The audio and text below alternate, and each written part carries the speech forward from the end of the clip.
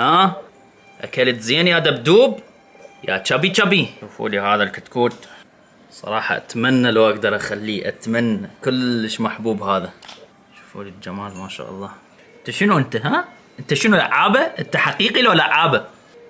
ذيلا دائما يصعد لي فوق للاخير ما اعرف ليش. فهاي فتحنا لهم هذا المكان حتى يتفرجون على الطبيعة اللي هنا والخرابيط اللي هنا. اما هذول صار لهم ما اعرف ايش قد يلعبون هنا من وراء الباب، يعضعضون ويعضعضون بعض، اللي هو سيما وسيمبا الحبايب.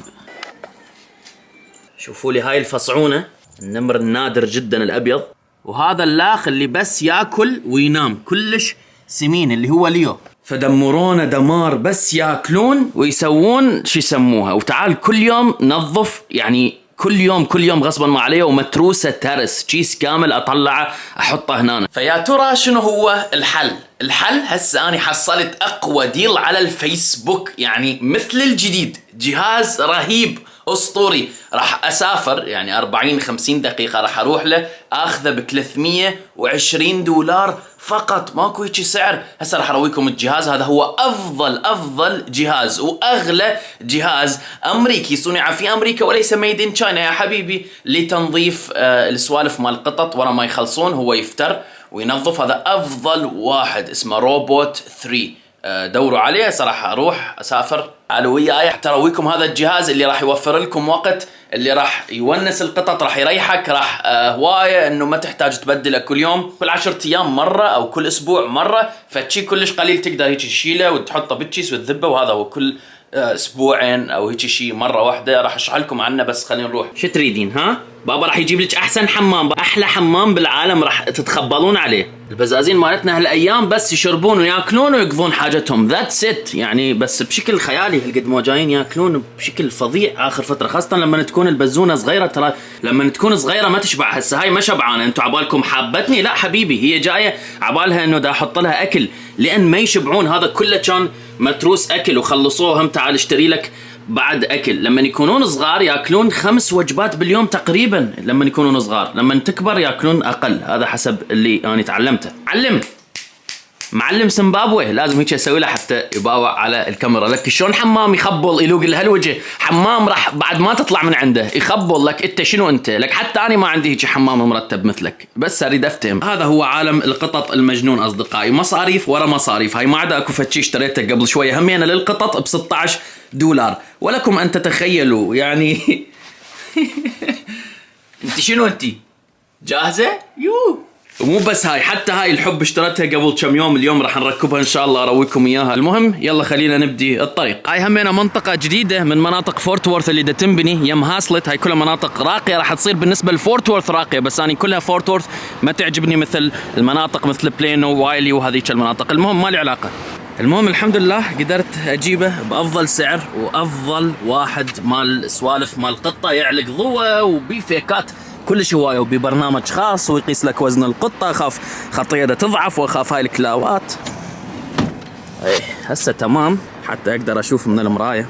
فهذا اصدقائي اذا اشتريه جديد وصل للبيت يمكن $600. هذا اسمه روبوت 3. اكو روبوت 4 نزل جديد، ولكن هذا القديم احسن من الجديد، ما بي مشاكل كلش هوايه. هذا افضل نوع ما ادري ايش مال تنظيف القطط. $400 كان عارضه بالسوق، اني ناقشته والاخره بصعوبه جبته ب $320 مثل الجديد، لان هو مشتري 2 للقطه مالته. بعدين اكتشف انه ما يحتاج غير واحد اصلا زايد. اشترى لها واحد للطابق الثاني بالبيت، واشترى لها واحد للطابق الجوا بالبيت. هو يحب الحيوانات، كلش كان انسان حباب ومحترم الى اخره. المهم فالحمد لله كلش خوش ديل، واني اقتنصت هذه الديل. اذا انتم شايفين هذه كلها توسعات المنطقة فورت وورث، هذه تعتبر كلها مناطق جيدة جديدة إلى آخره. هنا هاسلت، وهاي المنطقة حاليا أنا ويا أختي عايشة هنا بكلر. هسه أنا رايح يم بيتها بمنطقة زينة بكلر راقية إلى آخره. لكن أنا ما أحب مناطق فورت وورث، أحب مناطق دلوصة أو توسعات دلوصة مثل مكيني، بس مكيني كلش غالية، الشرح طويل. أما أرقى مناطق بدلوصة كلها فهي يم المطار، ساوث ليك، كوليفل. ولكن البيت يبدي من $1,800,000 كل شيء بسعر أصدقائي، وهاي يعتبر رخيص بالنسبة للناس ثانيين أو ولايات ثانيه 800,000 يعتبر رخيص بالنسبه لهم، الولايات الغاليه مثل كاليفورنيا وهيك. والحلو انه هذا ارقى شيء بدلوصه، يعني انت عايش ملك استغفر الله، يعني فشي مرتب على الاخير. ولذلك الكاليفورنيين وغيرهم كلهم دا ينتقلون هنا، ومع ذلك ما يشترون بهاي المناطق الكلش غاليه، عاده يشترون هنا 300,000 البيوت، بيت طابقين وعملاق 300,000. لك ان تتخيل، هاي بالنسبه لنا لامريكا وراء الارتفاع مال الاسعار يعتبر بلوشي. هذا هو اصدقائي اللي اني اشتريته، مثل الجديد كان عرضه ب 400، هسه سواله سولد وكان كلش محترم، سواله بيندنج وقبل ما تجي اوفر، مع انه قال لي هوايه ناس دا يتعاركون عليه كلهم يريدوه. هذا افضل واحد حاليا بالسوق وقدرت اجيبه الحمد لله، يعني هذا افضل واحد لكم ان تتخيلوا. البقيه دا يبيعوه ب 450 و500 عارضي، واسوأ من هذا ومستعمل كلش هوايه. هذا مثل الجديد عرفتوا، فكان لقطه الحمد لله. اكثر مربين القطط المحترفين اصدقائي جايبين مثله، واذا تدورون على اليوتيوب مقارنات شفت واحده عندها 20 لتر بوكس مجربه 20 نوع مال سيلف كليننج مال كاتس، هذا احسن واحد تقريبا وانسب سعر، فلكم ان تتخيلوا. فانا جبته بهيك سعر، يعني هذا الديل كلش خنفشاري خاصه بالنسبه لاسعار امريكا. ما اعرف شلون اسعاره يمكن بالدول العربيه، لان الحيوانات كلش رخيصه بالدول العربيه، بس ما اعتقد الاجهزه هاي، لان الاجهزه هاي تظل نفس السعر انه غالي. هذا هو اصدقائي الجهاز. طبعا سيمبا ما ترك الجهاز من جبناه الى حد الان، ولذلك راسا عقمناه كليته بالكلور. الحب عقمته، لان هذا طبعا كانت تستخدمه قطه ثانيه، فضروري تعقموه لا سامح الله، ممكن ينقل امراض للقط الجديد او يعني تعرفون، فلازم تعقمون كل شيء وتديرون بالكم. فهذا هو، بعد شويه ان شاء الله راح اركبه ونشغله ونشوف وين راح نحطه. ولا يا فضولي كافي يا معود، اكثر قط فضولي هذا. فديروا بالكم ايضا القط مالتكم لا تخلوه يطلع برا الشقه او البيت مالتكم، ممكن يجيب امراض، ممكن تجي الامراض بسهوله. ديروا بالكم ايضا من الاحذيه او النعالات اجلكم الله، او هاي السوالف يلعبون بيها، او يعني يحطون لسانهم عليها، يريدون ما اعرف كل شيء، يحطون لسانهم بكل مكان وكل شيء يعني. المهم فممكن تجي امراض او هيك سوالف من الخارج من برا، يعني اجلكم الله من النعاله او الحذاء ذات تلبسه بالبيت او هيك، هو ممكن يجيب المرض من برا وبعدين ينتقل للقطط. عرفتوا؟ تستاهل انت، تستاهل احلى حمام، انت تستاهل انت هيك حمام، تستاهل. قر قر قر قر قر مياو. فيلا نشوف هذه اذا راح تفيدهم وراح تخليهم يبتعدون عن الاثاث وخرمشه الاثاث ان شاء الله. بتعرف لازم نجيب له من هذا هي مالك كواليتي، اني واي حيخربوها. $5 صح جبتيه؟ يا بس هم اني واي حيخربوها. احس راح يوقعوها كل شويه، راح توقع وتعال نرجع اصعد لهم اياه، ما اعرف ان شاء الله. خلينا نشوف، شكلها تطول يومين وياهم لانه كل شيء يخربون. ده اشياء وياك، بس انه يعني هيك ما اعرف، يعني احس كل شيء ما يطول وياهم مثل ميزو، خاصة هيك سوالف. قلد بابا تعال. لمين بحب اكثر، سيما وليو بحبوا اكثر. تعال خرمش يا عادي، خرمشي عيني خرمشي، هيك يسوي شوفي. ايش يسوي؟ شوفوا ماكو هاي عصبية كلش، ماكو ما تتحمل، كلها هالقد قطعة لحم، بس كلش قطعة لحم كلش وقحة. مياو وين بتزقزق؟ مياو زقزوقة. هاي نحطها هنا. هذا قاعد يخرمش كان، شوفي هسه راح تعجبه. يلا يا معودين. هم ما خرمشوا، أنا خرمشتهم هم. طيب خلي العب لهم بالطابة هاي. أخيرا إنها البداية. لك عاش. الله سترني باللحظات الأخيرة. شوفوا عجبته يا جيد. ولو احنا قاصين اظافيره حتى يلطعها. شوفوا كل شيء يلطعون، لذلك احنا نخاف الاحذيه وهاي السوالف لا يروح يلطعوها. حجي انت ايش تسوي؟ استاذ ليو العاد احنا مو جبنا لك. تعال ابو اهل الخراميش، تعالوا يا معودين، جبنا لكم هاي حتى تخرمشوها يا معودين. باي هاي بعد ما تخرمشوها خلينا نشوف ايش سووا بيها. يعني شويه خرمشه بسيطه الحمد لله، هي يعني زينه مو كلش. كمل ايه عاش. هذا كله لعب ترى، شوفوا بس يخوف. راح تقولون هاي شنو، هذا دا يدمره، هاي راح يموت، بس تخيلوا انه هذا كله لعب. شوفوا، وهذا العياط كل هذا لعب. تفضل يلا سيمبا كمل. ياخذ نظرات، يخاف طبعا، هو يخاف مني لان قبل كنت اعيط عليه ومرات اشمره اخذه للغرفه واحبسه لما اشوفه هيك يسوي بيهم. بس بعدين طلع هذا كله لعب، وان هم يعني يعيطون هم، يعني حتى انا لما العب وياهم قوي نفس العياط. هم ما يحبون هذا اللعب. ايه هو يحب، هو متونس. شوف ايش دا يسوي بيه. شوف تفضل، شوف ايش يسوي. دماره ماكو. تقولون مصارعة WWE بس واحد ضخم ضد واحد هالقد صغيروني. سيمبا كمل، يلا كمل. شوفوا. فمصارعة حرفيا. بس لا تخافون مجددا، هذا كله لعب. العض يعني خفيف يكون. سيمبا يعض عضات خفيفة يعني مال لعب، يعني ما يطلع دم، ما يشيل مالته الفرو. لا تخافون. هاي شوفوا يستفرد بيه بالغرفة مالتنا طبعا، لأن يعرف أني دائما أدافع عنه، ولما يشوفني أجي قبل يعوفه. بس هسه حاليا أني يعني ما مطلع روحي، أو يعني ما أعرف شلون أشرح لكم. المهم إذا يشوفني هسه أجي يمه راح يعوفه قبل. فهاي دائما 24 ساعة هذا السيد سيمبا يلحق بي ويعضعض بي، ويعني دمرنا، ما يعوفه بحاله أبد. والغريب رغم كل هذا ترى هم يحبوه ويظلون يلعبون وياه ويتحارش. هسه راح على الثانية، هسه راح يصيد الثانية. دخلت جوا ما أعرف وين راح كمشها صادق. نزمت من جوا. كان موقف مضحك صراحة هذا اللي صورته. شوف الصراحة هم لو كلش كانوا دا يتأذون أو كلش كارهين الموضوع كان أبد ما كانوا يلعبون وياه أو يظلون يمه قريبين. كان تلقوهم خاتلين دائما جوا هاي جوا القنفات. عرفتوا؟ اوكي خلينا نشوف هسه هذا شلون راح نركبه. الواير من وين يطلع؟ اوكي اخوان عمر زكي باختصار. هنا نحط تشيس، هنا الوساخة راح تنذب ورا ما هذا يفتر، ورا ما هو يسوي الحاجة مالته البزونة. هنا هاي تفتر، يبقى الرمل مثل ما هو هنا، ولكن الوساخة تتدحرج وتنزل من هاي الفتحة، تنزل هنا، فهو يحافظ لك على الرمل ولكن يذب بس الوسخ. ما اعرف اذا افتهمتوا علي، يعني مثل ما انت تشيل بنفسك. عرفتوا؟ نفس الشيء بالضبط. وتظل فتره طويله هنا تتجمع الوساخه، فد 3 ايام اسبوع هيك شيء، بعدين يلا تنظفه. هذا يسوي ريست، يعني ريست انه يرجعه مثل ما هو بهذا الشكل اللي هو الشكل الطبيعي. امتي هو يذب لك كل شيء.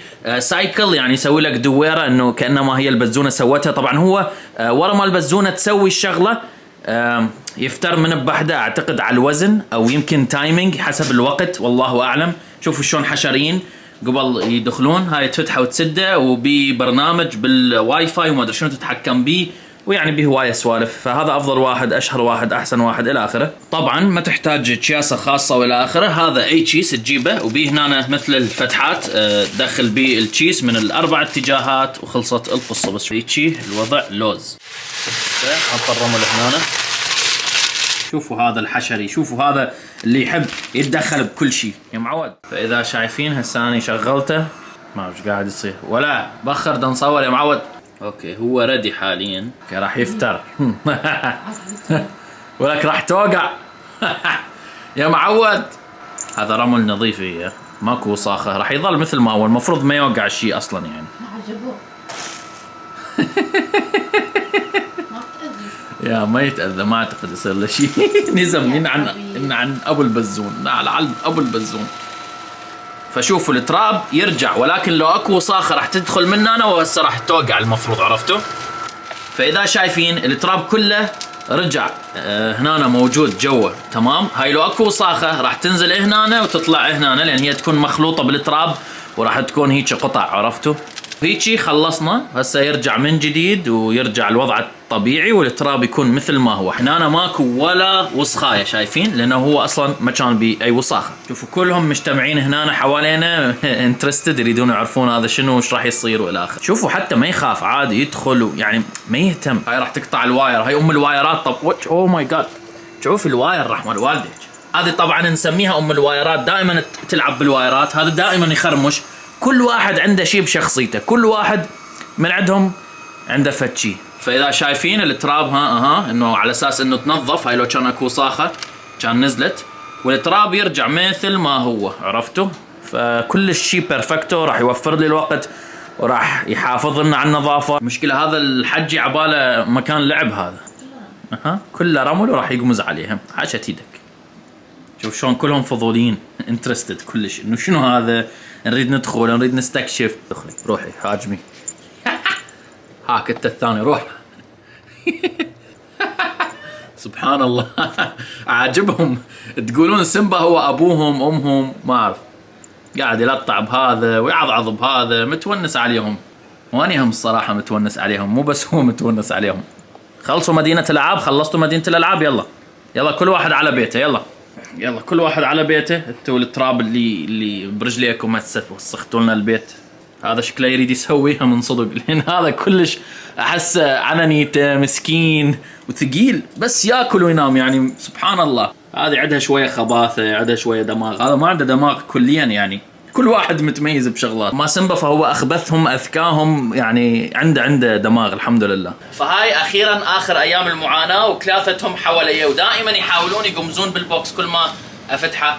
فهاي اخر ايام توديعيه، هاي اخر مرات هيك اسوي بايدي يعني، بعد خلص هاي كلها جهاز وذاتس ات. مع انه صدقوني انه اني استمتع، هذا الشيء يعطيك مثل الراحه النفسيه. والله العظيم عبالك تلعب برمل كافيه معودين. المشكله الوحيده بالنسبه لي هي الريحه قويه، لان انا دا اكون يعني قدامه بالضبط. اما من ناحيه ياخذ وقتي او هيك عادي، انا مستمتع صراحه. ولكن حبيت اجيبه لانه كان لقطه، صراحه كان لقطه بنص السعر يعني، تقريبا نص السعر كلش زين. حاليا دا يسويها، عجبه حمام جديد حتى قبل دا يحفر. ولك انتظر هسه راح اعط هذا الرمل يا معود. قاعد يلعب ابن البزون هسه دا يسويها، سيمبا دا يسويها. ولك غير لازم تسوي برايفسي. اول مره احس دا اشوفه. احنا دائما ما نشوفهم ابد لما يسووها هنا، بس هسه سيمبا لما دا يسويها هنا قاعد اشوف مثل اوكي. هسه سيمبا سواها وجهزناه وحطيت رمل. ندوس سايكل، مع انه هذا بالمناسبه هو المفروض اوتوماتيك، بعدين هسه راح نسويه يعني، مو انت تدوسه، هو من بعده بس مو هسه. فعاجبني ارويكم شلون انه الوساخه تروح والرمل يبقى. شوف هسه هاي وساخه راح تظل ما راح تنزل. فشوفوا هاي الوساخه هسه راح تنزل هناك، اذا شايفين هاي الوساخه. اكو شيء غلط، يمكن هذا رمل زايد، شنو القصه؟ فالصراحه اكو شيء غلط. شوفوا هذا رمل ما يصير رمل، لازم بس الوساخه تنذب، الرمل يعني المفروض يبقى. فاكو شيء صار غلط. وهنا علق، اعتقد علق الجهاز. مال مثلا اني حاط رمل هوايه ما اعرف شو الجهاز علق. شوف وقف بعد ما يكمل. اوكي لما رجعت هذه كنت فاتحها، فلما رجعتها رجع يشتغل. الظاهر انه هو ما يشتغل لما هاي تكون مفتوحه، فيعني هذا شيء جيد. يلا عيني بقى بس انت ما سويتي حمام، كلهم سووا حمام. يلا. واعتقد هي اصلا تريد تسوي حمام صراحه. هاي شوفوا سوت حفره، وهناك هذه العركات اللي ما تخلص. ايش قد يحاول ينهزم خطيه يرجع يكمشه سيمبا. ولا سيمبا شوفوا يعني شويه ها ولا. طبعا اذا اقوم هساني يعني، بس اقوم راح يعوفه. شوفوا هساني قمت اوكي، شوفوا هاي قدامكم. فبس اقوم او يشوفني واقف على رجلي خلاص يعني يعرف اكو شيء غلط، او يعرف انه انا راح افاككهم او ما اقبل. مع انه مثل ما قلت لكم لو هم دا يتاذون كان انهزموا. اوكي هسه هاي خلصت. يلا مو خلصتي، كافي يعني، يلا كافي. خلينا نشوف، ندوس سايكل. شوف هالمره همينه راح يذب الرمل كله لو راح يذب بس الوساخه. اريد اشوف. هو همينه لا تنسون ترى هذا الرمل مال دولار تري يعني ارخص شيء اسوأ شيء. ما اعرف، دائما اكو رمل زايد ينذب. تشوفون هذا الرمل هذا كله المفروض ما ينذب. هذا الرمل اكو شيء مثل الغلط ما دا افتهم. يريد حتى يدخل راسه هنا. لا على البزون هاي ممكن تنسد عليه الغبي. شوفوا جسمه يبقى هنا وتنسد عليه. على البزون مالتك انت شنو انت؟ كل شيء حاشر روحك معود. خلينا نشوف شغلنا. فما اعرف، ممكن انه الغلط من عندي انا حاط رمل انه زايد من الممكن. ان شاء الله المره الجايه ما تصير تذب رمل. هي المشكله الوحيده حاليا دا اواجهها انه تذب رمل. والمفروض تعلق ضوء بالمناسبه. همينه ما دا اعرف شلون اخليها تعلق الضوء. صراحه شيء محترم. وهاي همينه لما يطلعون مو يصير اكو رمل هنا يدخل، فهي تقدر تشيلها وتنظفها. فكل شيء مدروس بهذا الجهاز صراحه، شيء مرتب. بس بقى هاي سالفه الرمل ان شاء الله تنحل. هاي هنا صاروا هسه يلعبون ثلاثتهم بالتشيس. يعني دائما كل ما ابدل الرمل للعلم هم يصيرون انترستد، او اي شيء يعني تنظيف او شيء له علاقه بهم، دائما يجون يمي ويصيرون انترستد، يتفرجون علي ويشوفون هذا ايش دا يسوي والى اخره. فسبحان الله. هاك كلها عضها. اي هاك دمرها. هاك خذها، عضها سمبا رويها الويل، أدبها لك عاش. العضات الزينة. فهي حاليا لأن أنا موجود فهو يحترم الموجود، يحترمني فيلعب على كيف. لما أنا أكون ما موجود يلعب وياهم بخشونة صراحة. هو أكثر شيء سمبا يحب يعضعض بهذا، لأن هذا كلش تشابي سمين وهيجي ما يعرف يدافع عن نفسه. هاك أكله يروح يدوسه بالغلط. إذا داس امتي هذا التراب كله ينزل هنا إذا داس امتي. وهذا يا أصدقائي هو برنامج مال هذا الجهاز أو اللتر بوكس. الريت عليه كلش عالي. أوكي هسه نختار هذا اللي هو 3. أوكي بهواية سوالف وستبس، حلو شيء متطور. أما الآن نقدر نتحكم بكل شيء من خلال البرنامج. أوكي الجهاز أخوان عمر زكي صار ما يذب هواية رمل الحمد لله، يعني تحسن. الظاهر أنا كنت حاطه هواية رمل، شوية بدنا نتعود على الجهاز وبدنا نعرف شلون نستخدمه. طبعا بالبداية كان يذب هواية رمل، هسه ما يذب هواية رمل. والحلو الحمد لله إنه مدى اشتم ريحه، لان الحب عبالها لان هو مفتوح هيك فراح نشتم ريحه. قلت لها انا لا، السوالف مالتهم راح تكون جوا هنا محبوسه وهذا ما يخلي الريحه تطلع. والحمد لله صحيح الريحه مدى تطلع كل شيء بيرفكتو. اخوان عمر زكي لا تنسون تسوون سبسكرايب، لايك، كومنت، مفضله، وتتابعون اخر الفيديوهات. الى اللقاء.